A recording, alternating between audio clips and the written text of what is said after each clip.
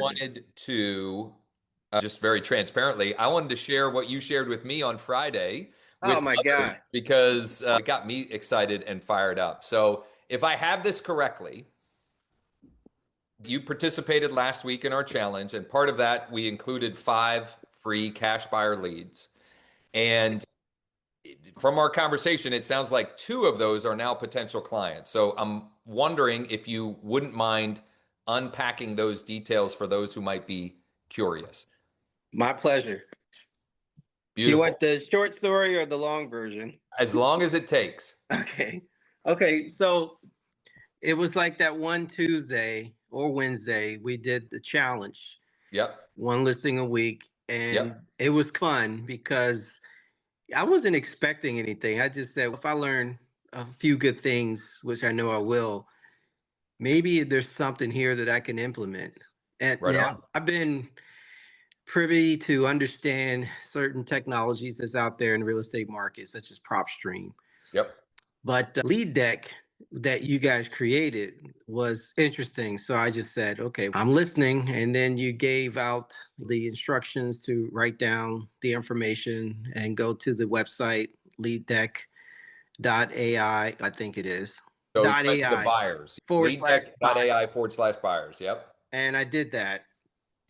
And I just plugged in the information as instructed. And next thing I know, it was like, wow, I got 5 potential buyer leads that are investors.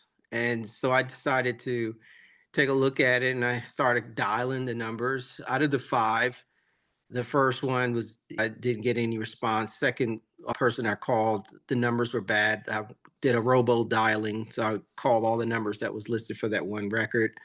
Wasn't able to get through. Dialed the third. Nothing.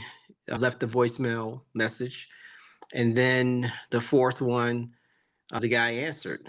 And we had a real quick conversation. I explained to him the purpose of the call.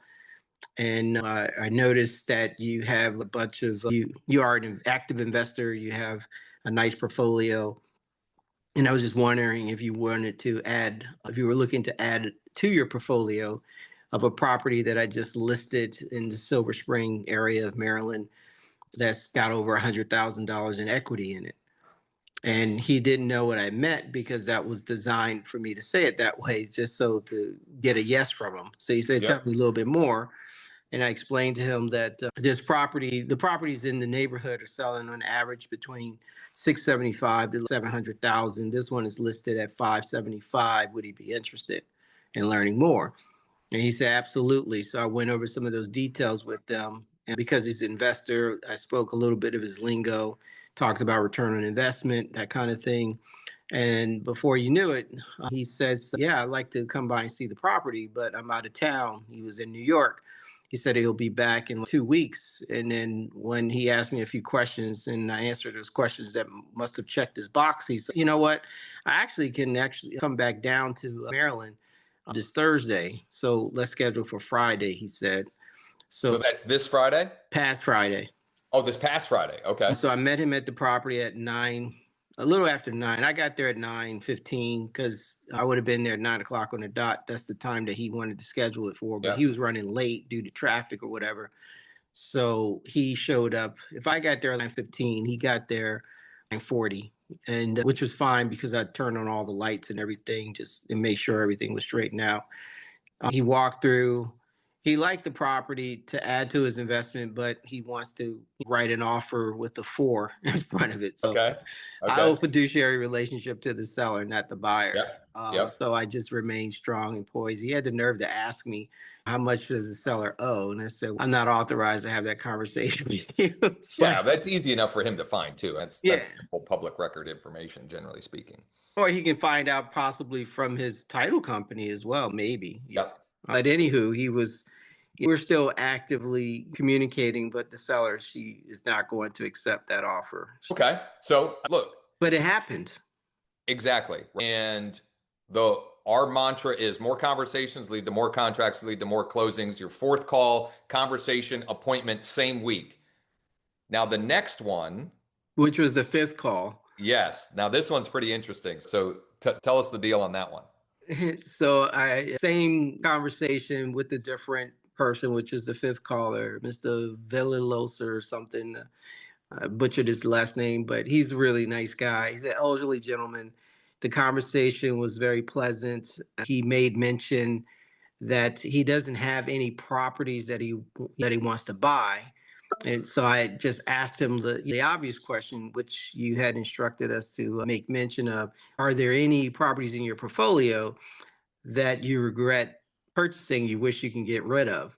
And he said, I absolutely have a property. I have a piece of land, it's nearly 2 acres, and I want to get rid of it. And I said, okay, great. So when can I take a peek at it? So he and we talked. He gave me a little bit of information because this raw land doesn't have an actual specific property street number addressed to it. But I knew the street very well. I knew the area very well. This is also in the zip code of 20904, zip code of Silver Spring. So I'm very familiar with it because I grew up in the area. Anywho, I said I know exactly where that property is. And so we chit chatted a little bit more. He invited me to go drive out and take a look at it, let me know what I could do to it. And so I got back to him and told him that I understand what the problem is. Your property was on the market previously, was listed with a certain real estate company. That real estate company, it looked like it expired, but at the same time, looks like did you actually relisted it with the same company? And he says, no, I didn't do that. He says, let me talk to my daughter. And he wanted to get back to me. So this is the week we're going to talk more about it. But Okay. I understand why the property didn't sell. Quite honestly, it's a nice piece of property, but he teamed up with the wrong agency because they got it listed as residential, but technically it's commercial as well as residential. So it's not being marketed correctly. But he did actually call me back. I missed his call due to the holiday, but I'm going to follow up with them later on today. But that's the call wouldn't never happen if I hadn't been on the call with you guys and you mentioned LeadDeck.ai / buyers. It's very kind of you to put it back on us. However, all the credit goes to you because you actually did the work, right? So we can give away free leads all we want, but until someone actually does the work, nothing will happen with them. You called five, you had two conversations. Will either of those turn into contracts? Time will tell, but all we can ask for is more opportunities to have conversations with people that want and or need our help and service. And so bravo and kudos to you for taking action. And imagine what will happen when you start doing that every day, 3 to 4, maybe 5 days a week, how quickly that can snowball and compound and become a robust pipeline full of opportunity.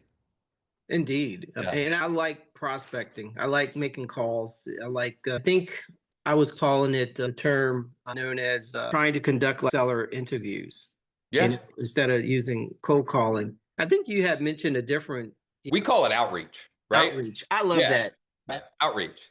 I'm Cold a, calling has this negative connotation, but we're just reaching out to people that maybe want or need our help and service.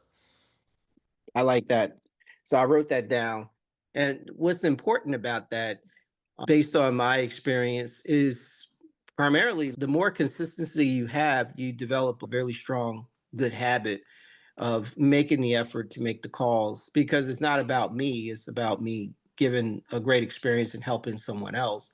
No doubt. And so it makes me feel good to know I get a yes. I like getting no's and I like getting the F bombs from some people that I caught at the wrong time. There's nothing I can do about it. I'll tell you what, man. I'm not going to say I haven't gotten any, but I've had very few people that I've had that type of interaction with That's because the awesome. people that we are most often doing outreach with or to, they more often than not, there's some way that we can help and serve them. Not always, but yeah, I've had very little of that. And when it does happen, I just laugh and realize that they obviously have something else going on in their life that is creating that level of tension and anxiety. And I just happen to be the one that was the brunt of that response, and so be it. If that's the worst thing that happens to me on any given day, I'm okay. Again, kudos. Well, you had inspired me to add on to what you're saying. You inspired me to be okay with the outreach.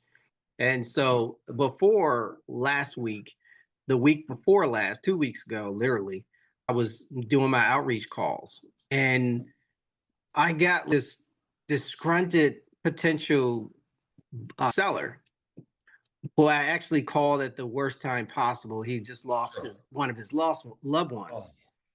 However, I just stayed focused by offering my condolences, and he continued to talk and share with me what was going on. And because I was patient enough, I was really present in the call. And after which, I didn't expect anything. I just made mention that, hey, if there's anything that I can do, I yeah. can offer the following help. One, two, three, laid it out. He kept my number. He called me later on that week, invited me to come out and take a look at the property. That one is coming soon. So, Good on you. Good on yeah. you. So Yeah. then where I'm going with that is I know that for a fact that if we only have 5 or 6 hours at a job at a 9 to 5, what we do is not that hard. So I'm conditioning my mindset to react in a way that's going to be joyful whenever I pick the phone up to I do love an that. outreach. Number one. So the confidence you're only going to get that you create instantly by being in the action of making the calls. Yeah. And last but not least, not every day or every hour on the hour when you do make the calls, you're going to not be able to book an appointment. You should be able to book one appointment before that dialing session is over. So now my goal has been changed because of you. So instead of doing 1 or 2 hours, which is what you were requiring a commitment from us, I'm like, man, I got to go back to 3 to 5 hours of outreach, because if I do that, then I can talk to 100 people. If I talk to 100 people, if I talk to, here's my numbers. Me talking to 25 people, I always get 13 leads out of 25. That's That's not bad. that's fantastic. And these are, and what I consider a lead is they said, no, I'm like, hey, Josh, how you doing? Apologies for bothering you in your private time, but I just have a quick question for you. I was calling to see if you might be thinking of selling your house. And you say no. And I said, okay, great. Do you have any plans on moving ever? And you're like, yeah, but not right now. Now I got you. Yep. And then I just asked the obvious question, when can I follow up with you again? Is it okay if I stay in touch with you from time to time? I'm not going to harass you or anything. I just want to give you some information in the future that you might find that you will find extremely valuable. This Um, is a great. I'm going to wrap on this because I've got another appointment at the top of the hour. I'm going to wrap on this though. This is a great script that is applicable in some form or fashion in those conversations, which is I call it the reverse psychology script, and I've used this very effectively by text message. Maverick, I know you're probably not ready to sell right now, but when the time is right, will you be relocating elsewhere or will you be staying here in the DC area? And it just gets them talking to you. We probably want to move somewhere warmer or whatever, right? But it's and they've forgotten it's not even like you have disarmed them because I'm not looking for a sale today. I'm just curious where where it might take you if or whenever the time is right. So that's been really effective for me over the years, in particular through text messages. Love that. Yeah. Maverick, I appreciate you hopping on and My sharing. pleasure. This is great. And again, kudos. All of the credit goes to you for doing the actual work because nothing would have happened if you didn't actually make the calls or do the outreach, right? So bravo, kudos, love it. I appreciate you hopping on and Just can't getting wait. warmed up. That's right. That's right. I can't wait to chat again real soon, buddy. All right, cool beans. Thank you so Take much. care.